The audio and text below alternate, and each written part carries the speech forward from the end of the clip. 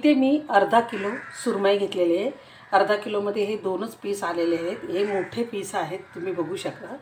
आता ह्या सुरमईला मी कोझीकोडे स्टाईल मी fish fry करून दाखवणार आहे। कोझीकोडे स्टाईल, केरला स्टाईल मी फिश फ्राय आज दाखवणार आहे। त्यासाठी मी हे एक चमचाभर मी कढीपत्ता घेतलेला आहे, याची पानं आहेत। अर्धा चमचा मी हळद घेतलेली आहे, अर्धा चमचा मीठ घेतलेला आहे, एक चमचा मी आले लसूण पेस्ट घेतलेले आहे, अर्धा चमचा मी काळी मिरी घेतलेली आहे आखी, एक चमचा मी जिरे पावडर आणि एक चमचा मी धने पावडर हे मसाले घेतले आहेत। त्यासाठी मी काश्मीरी चिली घेतलेले आहे। ह्या ते 15 ते 20 आहेत। आणि इथे मी लवंगी मिरची घेतलेली आहे 10-12 आणि एक कांदा आणि एक लिंबा एवढा चिंचेचा गोळा घेतलेला आहे। हे तुम्ही कमी जास्त तुमच्या तिखटानुसार तुम्ही करू शकता। हा मसाला वाटण्यासाठी करणार आहे। आणि ह्याच्यामध्ये हे काश्मीरी मिरची मी जास्त घेतली कारण तो कलर येतो काश्मीरी मिरचीचा, म्हणून मी जास्त घेतलेला आहे। लवंगी मिरची हे तुम्ही किती तिखट खात असाल त्याप्रमाणे करा। मी मिक्सरचं भांडं घेतलं आहे, त्यामध्ये मी ह्या काश्मीरी मिरच्या, नंतर लवंगी मिरच्या, चिंच आणि हा कांदा हे बारीक वाटून घेणार आहे। आता हे वाटलेल्या मसाल्यामध्ये मी काळी मिरी, जिरा पावडर, हळद, मीठ आणि धना पावडर आणि आलं लसूण पेस्ट आणि यामध्ये थोडंसं पाणी टाकणार आहे, म्हणजे वाटण्यापुरतंच पाणी टाकणार आहे। आणि ही याची पेस्ट मी करून घेणार आहे। इथे मी हा मसाला पाणी टाकून वाटून घेतला आहे। जेवढे लागेल तेवढेच पाणी टाकायचे आहे, जास्त पातळही करायचं नाही, फक्त मसाला वाटला गेला पाहिजे। जरा जाडसरच असतो हा, एकदम फाईन पेस्ट होत नाही याची, तुम्ही बघू शकता। असा मसाला वाटला गेला पाहिजे। आता मी हा बाउलमध्ये काढलेला आहे।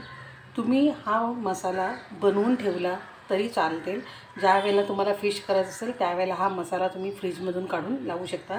हा मसाला फ्रीजमध्ये 8 दिवस टिकतो। इथे आता मी हा जो वाटलेला मसाला आहे तो मी फिशला लावून घेणार आहे।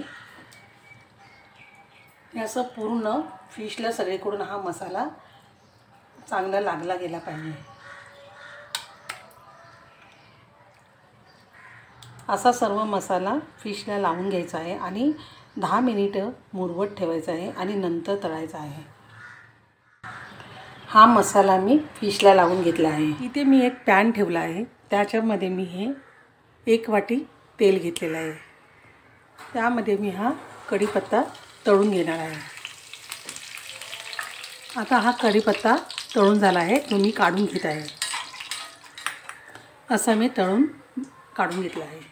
आता इथं तेलही गरम झालेलं आहे। हा जो माशाला जो मॅरिनेशन करून ठेवलं होतं 15 मिनिटं होऊन गेले। आता मी हे तळून घेते आणि गॅस लो ठेवलेला आहे।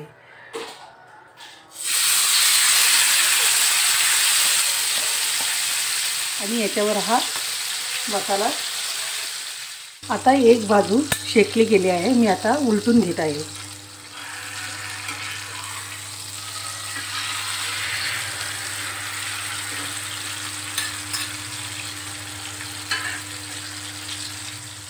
आता याला वरून परत मी मसाला लावत आहे। मी आता परत हा मसाला वरती लावल्यामुळे मी परत एकदा पलटून घेत आहे।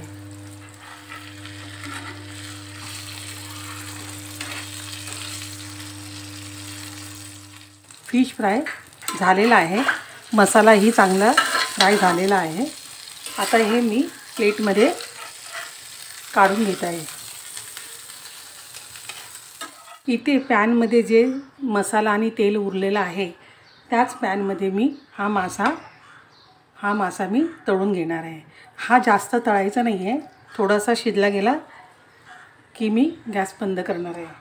याला मी जास्तही मसाला लावलेला नाही कारण आपण कालवण करणार आहोत, त्याच्यामध्ये मसाले जाणार आहेत, म्हणून मी याला कमी मसाला फक्त मॅरिनेशन करण्याचं पुरतंच लावलेला आहे। बाजू शिजलेली आहे, मी आता पलटून घेत आहे। आता ही दुसरी बाजूही मी शिजवून घेणार आहे। आता ही सुरमई शिजली आहे आणि बघा तुम्ही खालून पण शिजली आहे। आता मी हे प्लेटमध्ये काढत आहे। आता मी ही प्लेटमध्ये काढली आहे. ह्याचा आपण रस्सा करणार आहे. इथे मी सुरमईचा रस्सा करण्यासाठी अर्धी वाटी मी सुकं खोबरं, एक मोठा कांदा आणि एक मोठा टोमॅटो चिरून घेतला आहे. हे मी वाटून पेस्ट करणार आहे. इथे मी मिक्सरचं भांडं घेतलेलं आहे. त्यामध्ये मी हे खोबरं, कांदा, टोमॅटो हे टाकून मी वाटून घेणार आहे. इथे मी थोडीशी कोथिंबीर घेतली आहे. हे मी आता वाटणात टाकणार आहे. इथे कांदा, खोबरं आणि टोमॅटो हे मी वाटलेलं आहे. त्याच्यामध्ये मी ही कोथिंबीर टाकत आहे आणि हे वाटून घेणार आहे. ते जरा बरोबर. आता मी हा मसाला कोथिंबीर टाकून वाटून घेतला आहे. आता मी हे बाउलमध्ये काढून घेत आहे. हा मसाला मी कालवणासाठी वापरणार आहे.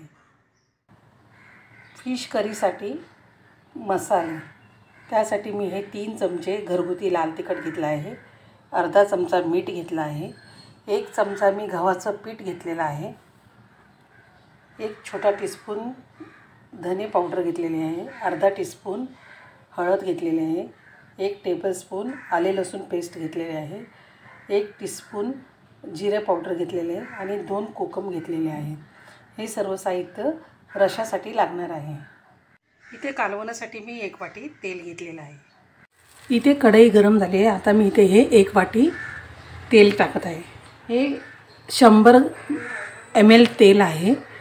तुम्हाला पाहिजे असेल तर तुम्ही तुमच्या आवडीनुसार तेल कमी जास्त करू शकता. इथं तेल गरम झालं आहे. हे जो वाटलेला मसाला आहे तो मी टाकत आहे. हा मसाला मी चांगला परतून घेणार आहे. इथे मसाला परतला गेला आहे. बघा तेल सुटलं आहे मसाल्याला. तेल सुटलं आहे बघा असं बाजूला. आता यात मी हे गव्हाचं पीठ आहे 1 चमचा ते टाकत आहे आणि ते मी ह्या मसाल्याबरोबर जरा चांगलं परतून घेणार आहे. गव्हाचं पीठ टाकल्यामुळे घट्टपणा येतो ग्रेव्हीला आणि ग्रेव्हीमध्ये पाणी वेगळं आणि मसाला वेगळा असं होत नाही. म्हणून त्यासाठी हे गव्हाचं पीठ टाकायचं असतं. गव्हाच्या पिठाने रस्सा मिळून येतो आणि म्हणून मी तिथं 1 चमचा मी गव्हाचं पीठ टाकलेलं आहे. आता गव्हाचं पीठसुद्धा परतलं गेलं आहे आणि मसाल्याला पण तेल सुटायला लागलेलं आहे. तुम्ही बघू शकता मसाल्याला तेल सुटलेलं आहे. आणि यात मी आता मसाले टाकत असे. हळद, आलं लसूण पेस्ट, धने पावडर, जिरे पावडर, हे लाल तिखट आणि मीठ. आता हे मसाले टाकून चांगले मिक्स करून घ्यायचे. म्हणजे खोबऱ्याच्या मसाल्याला हे सगळे ड्राय मसाले ते चांगले मिक्स होतील. आता हे मसाले मी 5 मिनिटं परतून घेणार आहे. हा मी आता सुरमईचा रस्सा करत आहे. पण तुम्ही पापलेट किंवा कोळंबी किंवा कुठलाही फिशचा रस्सा अशा पद्धतीने बनवला तर खायलाही खूप टेस्टी लागतो. आणि आता इथे मसालाही परतून झाला आहे. वाटणाचं पाणी जे मिक्सर धुवून हे पाणी घेतलेलं आहे ते टाकत आहे. आणि तुम्हाला किती रस्सा करायचा असेल त्याप्रमाणे तुम्ही पाणी टाकू शकता. मी याच्यामध्ये आणखीन 1 वाटी पाणी टाकत आहे. जे तुम्ही वाटून मसाला करता तेव्हा ते मिक्सरचं जे धुवून पाणी असतं ते फेकून न देता तुम्ही हे वाटण्यासाठी वापरू शकता. आणि तुम्हाला किती रस्सा घट्ट पाहिजे असेल, पातळ पाहिजे असेल त्यानुसार तुम्ही पाणी टाकू शकता. मला पण आता जेवढं लागणार तेवढं मी याच्यामध्ये पाणी टाकणार आहे. ते मी रश्शासाठी 2 वाटी पाणी घातलेलं आहे. तुम्ही तुमच्या आवडीनुसार पाणी घालू शकता. आता यामध्ये मी हे 2 कोकम टाकत आहे आणि टाकल्यानंतर हे चांगलं शिजू द्यायचं आहे. रस्सा चांगला मसाला आणि खोबऱ्याचा वगैरे मसाला तो सगळा चांगला शिजला गेला पाहिजे. त्यानंतर मी एक फिश टाकणार आहे त्यात. इथे आता माशाच्या रश्शाला उकळी आली आहे. हे बघा रस्सा पण बघू शकता एकजीव झाला आहे रस्सा आणि याचा खोबऱ्याचा मसाला. म्हणजे कुठेही असं तुम्हाला पाणी आणि रस्सा वेगळा दिसणार नाही. आता यामध्ये मी हा जो तळलेला मासा जो आहे तो मी ह्याच्यात टाकत आहे. आणि मासा टाकल्यानंतर ह्याला फक्त 5 मिनिटं उकळी येऊन द्यायची आहे. जास्त शिजवायचा नाही आहे कारण मासा ऑलरेडी आपण तळून घेतलेला आहे म्हणून तो जास्त शिजवायचा नाही आहे. या रश्श्यामध्ये 5 मिनिटं उकळला गेला की मी गॅस बंद करणार आहे. तुम्ही बघू शकता कालवणाला कसा तवंग आलेला आहे आणि यामध्ये मी थोडीशी कोथिंबीर टाकलेली आहे आणि आता कालवण शिजलं आहे. हे बघा, इथं फिश फ्राय तळून झालेलं आहे. हे कोझिकोड स्टाईल मसाला फिश फ्राय आहे आणि हा खायला टेस्टी लागणार आहे. तुम्हीही असाच करून बघा.